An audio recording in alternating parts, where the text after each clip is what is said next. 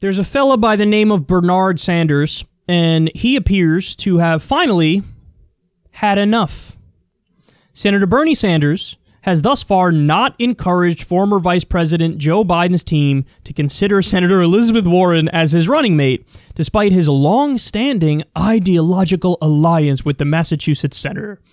3 people familiar with Sanders' conversations with Biden, whom the Vermont lawmaker has endorsed, told the Washington Post that Sanders has declined to back some liberals' efforts to convince the former vice president to select Warren as his number 2. A top spokesperson for the Sanders campaign told The Hill that the senator and his team are not advising the Biden campaign's vice presidential selection process in any way, shape, or form. The senator is focused on building policy task forces to write a party platform that puts forward a new vision for America, spokesman Mike Kaska said. Sanders' Senate office did not immediately respond to a request for comment from The Hill. Okay, so first let me just comment on that last part because I think this is pretty important. The claim is, hey, Bernie is not, the whole vice president thing, he's just not involved in that process, so it's not that serious, don't make this more than it is. But what Bernie's focusing on is building a policy task force that leads to a good platform that has left-wing ideas, and Bernie's pushing in that direction. That's what he's doing. Now, I don't want to kick a man when he's down. I'm still really, sad about Bernie not winning, not being in it anymore, and all that stuff, but that's ridiculous. It really is. Because Bernie only had leverage insofar as he was willing to exercise his leverage. And what I mean by that is what I've said 1,000 times on this show, which is if Bernie really wanted to get these things done, he would have had to be willing to walk away. And so if he approaches Biden and says, listen, man, it's been a tough race, but I'm willing to step aside, but here are my terms. I'll endorse you, I'll campaign for you, but this is what you must do for me. And then you give him a list of 10 executive orders. Not ones, look, I get it. You're never going to force Biden to do Medicare for all because he's Joe Biden. He doesn't support Medicare for all. So there's nothing you could do on that front.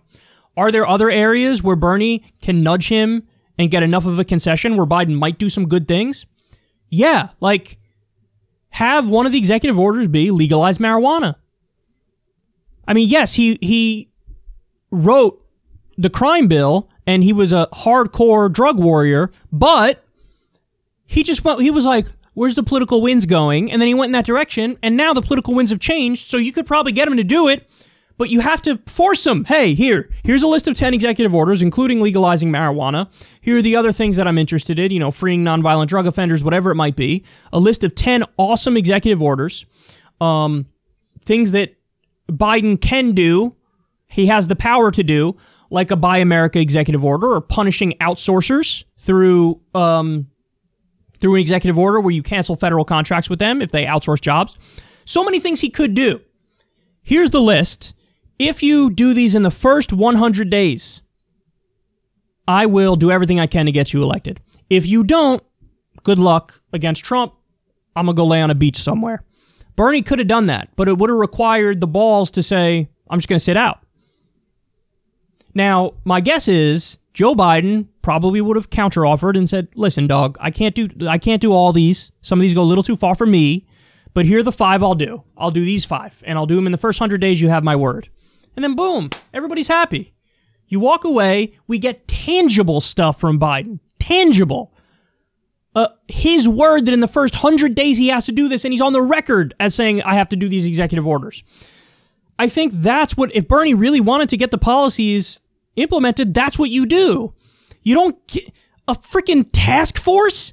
Do you have any idea how easy it is, whether it's the task force or the platform, for Biden to just say, yeah, go ahead, task force, whatever you want, and then just do none of that stuff?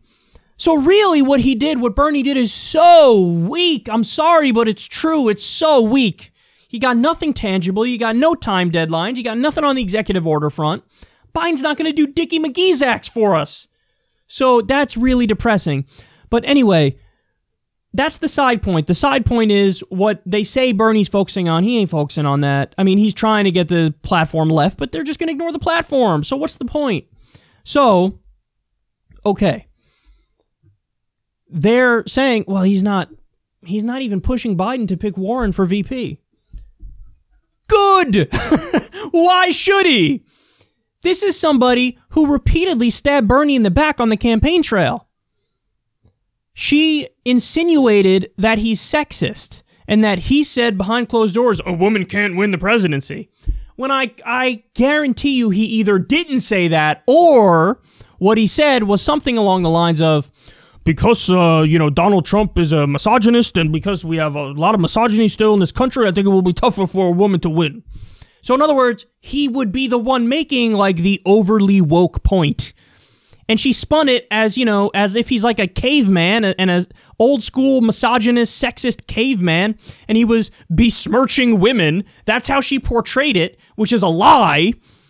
And then now you want him to go to bat for her? She didn't even, when she dropped out, she didn't even endorse him. And she stayed in Super Tuesday and did siphon votes from him because there are plenty of people who voted for Warren who would have otherwise voted for Bernie if she dropped out, especially if she dropped out and endorsed him. So every step of the way, she didn't endorse him in 2016. She didn't endorse him in 2018. She stabbed him in the back, accused him of sexism. At every turn, she screwed him over.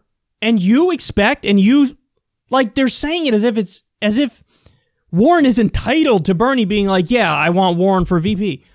Listen, there was a time when I would have loved Warren as VP. Now, I don't like it at all because I don't have any idea what she actually believes in. Because she tells me with her platform, hey, I'm kind of like Bernie, but I'm to the right of Bernie, but in some ways, I'm decent, and here's my platform, here's what I support. But, okay, if you believed in the majority of things in that platform, it wouldn't have been a tough decision for you when you dropped out. You would have instantly endorsed Bernie. You would have put your feelings aside. You would have said, this is about more than just me.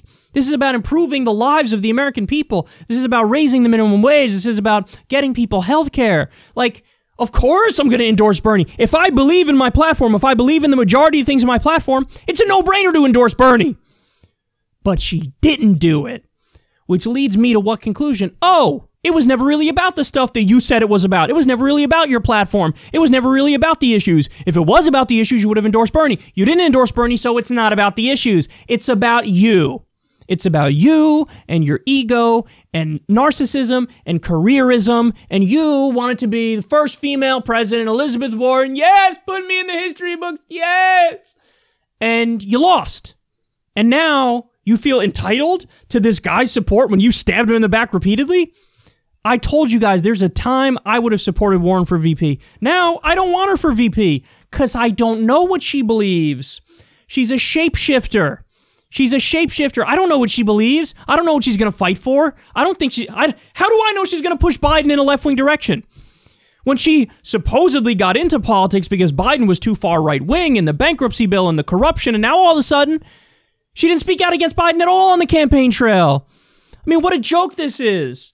I'm supposed to support somebody when I don't know what their core is and I don't know what they're going to fight for? It's insulting is what it is. It is super insulting. And the idea that Warren's owed Bernie's kind words about her, like, oh yeah, pick her. No, don't pick her. Don't pick her. I'm happy that finally, the problem though is, of course, it's too little too late. Like, oh, congratulations. Now you're kind of snubbing Warren back. But, even when he was being viciously accused of being a sexist, he was nice. All he said was, no, I didn't say that. He never said, this is a political attack and it's cheap. And he never did any of that. So he was so nice for so long, and then this is finally when there's a little bit of a snub back, but, he's hurt by it, man. I know he's got to be hurt by it. And there was reporting behind the scenes that when she dropped out and then didn't endorse him, the days kept passing. 2 days, 3 days, 4 days, 5 days. She didn't endorse him. He's like, wow. He was stunned by that. He was floored by that. And it hurt. And so congratulations, Warren. Burned every single damn bridge she had. Entered the race as an economic populist. And then as soon as she brought on the former Hillary and Kamala advisors, all of a sudden, she hopped on a bus to Wokesville, and she's been there ever since. All the economic populism is gone. That was when she was leading the race. Now it's super Wokesville. And she lost her identity completely. And she's a joke now. So what an amazing, amazing heel turn. I'm not sure I've ever seen a heel turn like this before in the history of U.S. politics, in my time following it, in the modern era. This is the biggest heel turn I think I've ever seen. And she's earned this. She's earned Bernie not saying a kind word about her. In fact, I hope Bernie calls Biden and says, don't pick her. How you like them apples?